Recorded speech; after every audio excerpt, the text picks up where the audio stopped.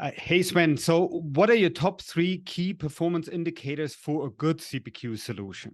That's one of my favorite questions, and I know a lot of my peers are struggling with the definition of value in the beginning, and then how do you actually measure value throughout and at the end of a project like this.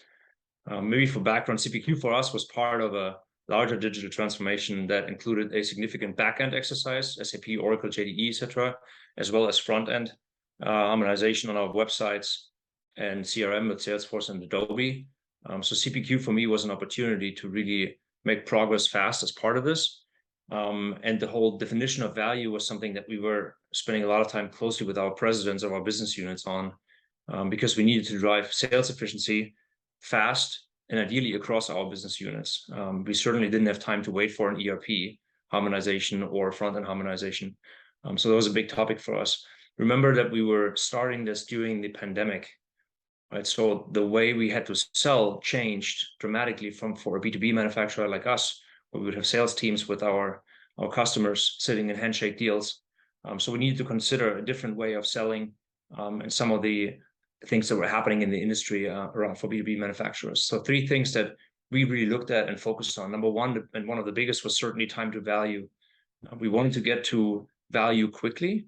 So we defined together with the business presidents and the sales and sales corporations teams what really constitutes value and how do we get there the fastest. The second one is really around what I would call revenue uptake and sales efficiency uptake, right? So how do we went in with like a 10x mindset and said, what if we could 10x the accuracy of our quotes? What if we can 10x basically, or reduce by 10x the amount of errors on pricing and quoting on invalid configurations, for example? So we went in with that mindset, and we achieved in a very short time frame a lot of this. The same as an uptake for aftermarket sales, for example.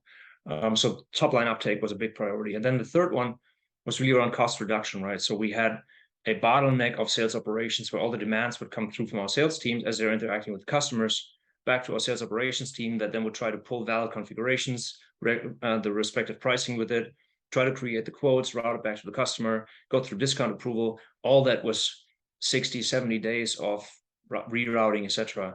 That was just not efficient at all. And it was a huge drain on a very small team. So we need to be able to really drive the cost down for all impacted parties. So cost reduction on throughput, turnaround times on quotes, for example, and to be honest, freeing up a lot of those people was a big priority for us. I would say that are probably the top three. And now let's have a look forward, right? So what do you expect from the CPQ market in the next 12 months?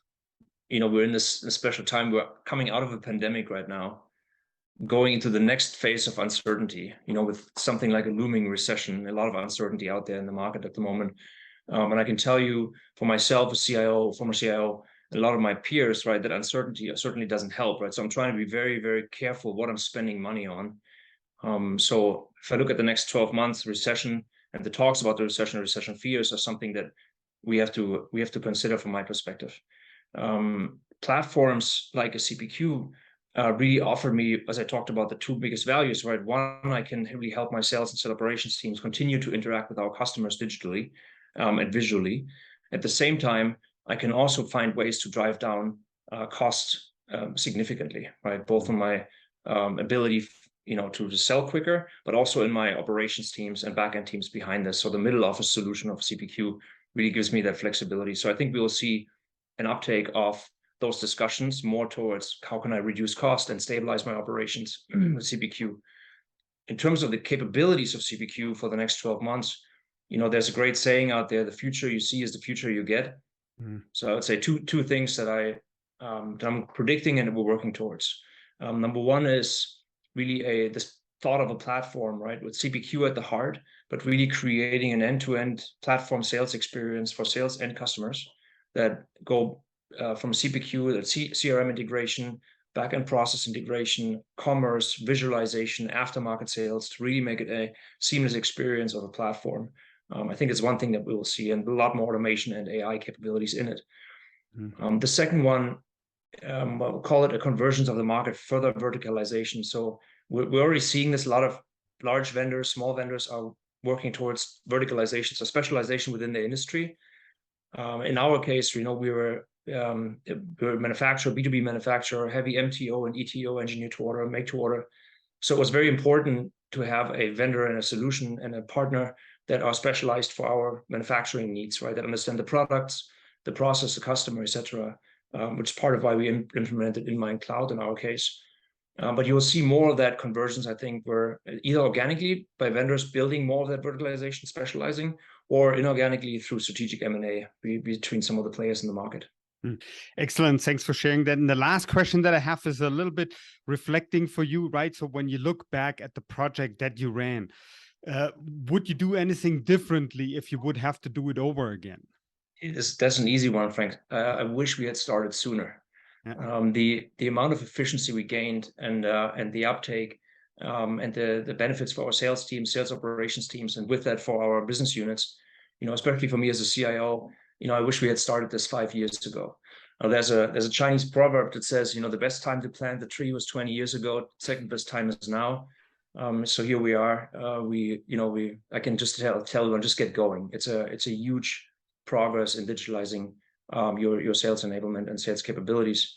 On a serious note, though, I would tell you the reality is through a project like a CPQ or sales platform implementation, you will uncover a lot of gaps, a lot of issues, right, around your data. That's customer data, your product data, configuration data, pricing data, etc. You'll uncover a lot of issues, as well as with the underlying processes. So the biggest challenge that I think my peers and everybody out there will be facing is really making a decision, how big of a transformation do you want to make this, changing everything in everyone's life, or going too fast and ignoring the things that you actually should be rethinking, right? As we're living in different times, the workforce is distributed very differently right now. Sales in B2B have changed massively. So finding that fine line of full-fledged transformation versus like going too fast. And in our case, again, back to my point earlier on the value, define what value you're trying to achieve quickly and how fast. Use this time to value as a mean to operate between your IT function and your sales function, and then target that time to the value that comes with the right time to implement that. So finding the middle way between those two is probably one of the biggest learnings.